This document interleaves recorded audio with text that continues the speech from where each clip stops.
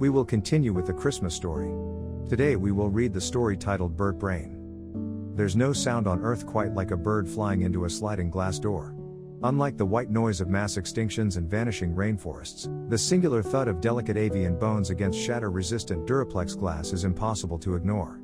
It's the sound of the natural and man-made worlds colliding, like the off-key fervor of a bronze temple gong struck by a fresh-faced initiate. Burt Frumbder was savoring the second sip of his first cup of coffee when this one-of-a-kind sound made him jump, spilling this same cup of coffee. He swore and shuffled to the kitchen sink, attempting to pat his gray sweatpants dry with a dirty dishcloth.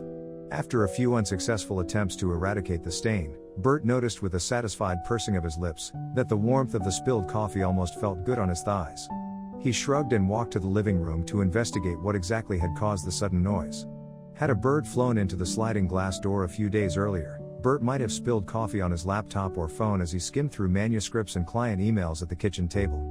But Burt had sent off his last round of edits on Monday and he wasn't planning to log on for any new assignments or updates until this next week, at the earliest. It was Christmas, after all. He'd even left his phone charging on the bedside table to celebrate the sanctity of the season. Burt mentally congratulated himself on his work-life balance.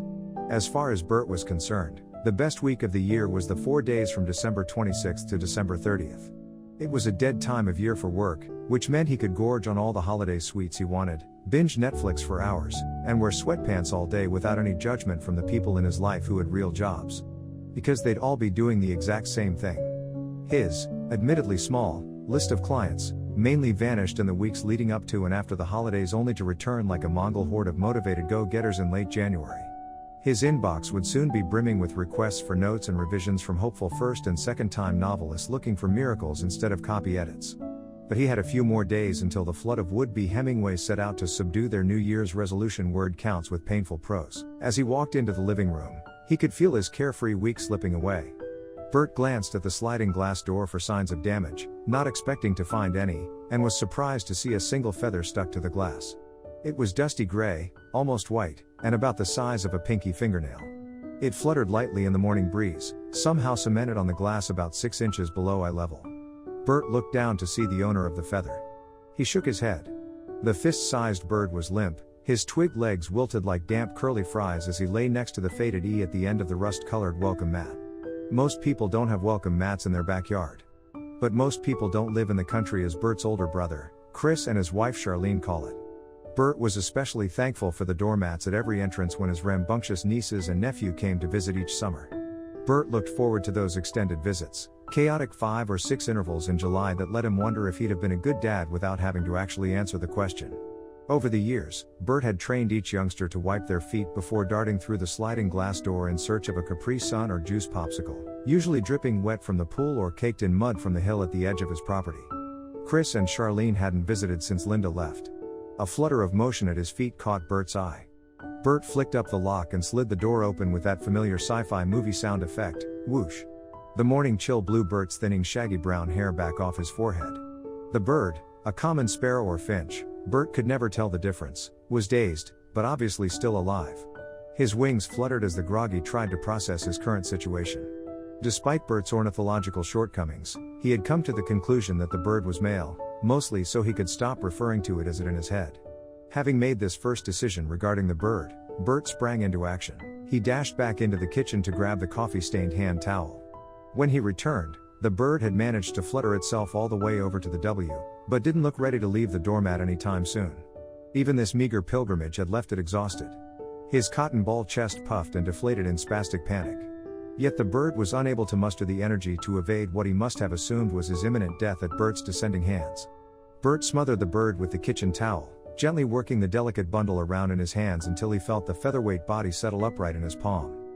One toothpick-sharp foot kicked feebly as the bird struggled to readjust itself in his swaddled prison. Burt peeled the fabric back to check on his panicked passenger. The bird was still hyperventilating in a noble attempt to cram in as many last breaths as possible. Millions of years of evolution informed every cell in his tiny bird body that each harried breath would probably be his last. Aside from this existential dread, the bird looked surprisingly unharmed. There now, birdie, Burt cooed. You'll be all right. We'll fix you right up, he promised and covered his patient back up. You just need a little jolt to start the day, he announced his diagnosis. The bird was in no position to ask for a second opinion as Burt walked into the kitchen to administer avian first aid. This, of course, was not Burt's first encounter with an injured bird. Burt's grandmother, Flo, had raised chickens. As kids, Burt and his brother had loved to feed and chase her birds across the yard. Despite the apparent risk that two unruly young boys presented to an animal a tenth their size, chickens are surprisingly capable creatures. They evaded the grasping hands of the Frumbder boys with practiced ease, until one afternoon when Chris caught a chicken daydreaming. Burt burst into his grandmother's kitchen with tears plowing crooked rows through the dust and dirt on his young cheeks. He didn't even need to ask for help. He just pointed outside and his grandmother rushed out with the confidence of a woman who had lost a husband in her 20s and then spent every day since then working a 40-acre farm by herself. She assessed the emergency with a measured glance and disappeared back inside. She emerged seconds later with an old army surplus wool blanket and corralled the injured chicken like a toreador before bringing her captive inside. Burt still remembers the bundle of white tail feathers poking out of the blanket like frozen fireworks. His grandmother marched into the kitchen, turned on the big kitchen sink faucet, and dunked the bird, upside down, under the freezing tap water for a few seconds. Once the bird had a chance to shake itself dry, Grandma fed it a spoonful of American corn whiskey and set it on the back porch. The only lasting consequence of the incident was a slightly less dreamy chicken. Burt looked down at the bundle clutched in the kitchen towel. He'd already completed step 1 of the prescribed regimen. But he was understandably nervous about step 2. Giving a bird a bath is harder than you think, especially when that bird is the size of a golf ball and you're clutching it in a coffee-soaked kitchen towel so it doesn't fly around your house. But his grandma had been pretty clear on the necessity of shocking a bird back to health with cold water after a traumatic event. Birds, like a few young boys I know, need a good shock to the system when they're acting a fool, she'd said as she dunked the chicken under the tap. He remembered the wink she'd given him and the hint of a smile in one corner of her mouth that had dried his tears and made everything all right. Burt turned on the faucet and loosened his grip on his patient. He checked the temperature with one hand. Ice cold. He unwrapped the bird, clutching it like an arcade claw machine, and dunked him beneath the trickle of tap water. After what can only be described as 5 seconds of waterboarding, Burt concluded that his patient had been sufficiently shocked and was now safely on the mend. He swaddled him back in the kitchen towel and gently patted him as dry. The bird shook his head to rid himself of a string of water drops. He was ready for the third and final step in the healing process. Burt opened the cabinet above the stove and stood on his tiptoes to see inside. "I've got just the thing to get a little pep in your step," Burt whispered to the damp bird. "There it is," he crooned and grabbed a bottle near the back. "You're in luck, Burt, oh, my friend. Straight Kentucky bourbon," Burt read from the label. "Aged 3 years. Huh. Good stuff. This will get you back in the game in no time." Burt wedged the whiskey bottle between his thighs and twisted the sticky cap loose with his free hand. The only problem now was calculating the proper dosage for his tiny patient. A sparrow, or finch, he conceded mentally, is a lot smaller than a chicken, after all. Burt opened the silverware drawer, searching for the smallest teaspoon he owned. He found it, a tarnished scallop-shaped sugar spoon he'd inherited from that same grandmother. He took it as a sign and laid it on the counter. Burt poured a dram of whiskey for the bird and took a quick swig of medicine for himself. Bird doctoring was hard work this early in the morning. He put the bottle down with a clang and tipped his patient toward this last life-saving treatment, clutching the towel-wrapped bundle with both hands. Burt lowered his face down to watch. Would the bird drink any whiskey? Would it help if he did? How much whiskey did it take to get a finch, or a sparrow, drunk? The puffy feathered head of the bird lowered to the brown liquid in the spoon. The toy beak opened and he flicked a few sips into his mouth with a twitch of his head. Then he drank a few more sips. "You're doing it," Burt whispered. The bird was in fact, doing it quite well. Burt had to pull the bird away from his medicine after a few more seconds before he overdosed. Burt lifted the bird up to eye level for a final inspection. "Looks like it's working." The bird rotated its head, in what Burt could only interpret as a genial drunk's easy agreement. Burt was tempted to give the bird another quick dip in the sink to sober him up but settled on a regimen of pacing the length of the kitchen with the bird clutched against his chest. He interrupted his vigil once to self-medicate with a few sips for himself. He'd done it. He'd saved this bird from certain death. He was a hero.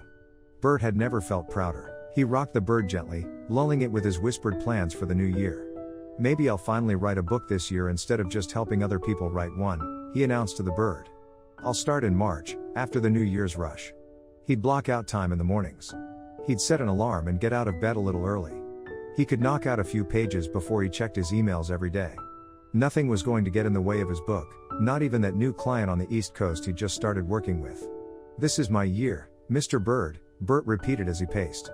He could do anything. His success with his patient was proof of that. Burt felt a flutter in his hand.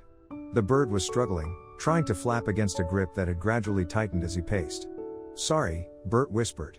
"Let's get you back out there." The bird chirped impatient agreement. Burt walked back to the living room and opened the sliding glass door. The little gray feather was still stuck to the glass. He lowered his patient to the ground, unwrapping the towel like a picnic basket. The bird rolled to the side, righting himself with a quick burst of wing beats. He cocked his head and puffed his feathers against the sudden drop in temperature. The morning air was still brisk, even though the sun was starting to burn through the thin wispy clouds. It was going to be a crisp, clear day. Burt crouched on his heels, his arms wrapped around his knees. He watched the bird test his strength with a few exploratory wing beats. Then, just as suddenly as he appeared, the bird leapt away in a blur of motion. Burt watched as the bird plummeted through two death-defying dips in his flight pattern, like a long lowercase m, and then the bird was gone, vanished around the side of the house.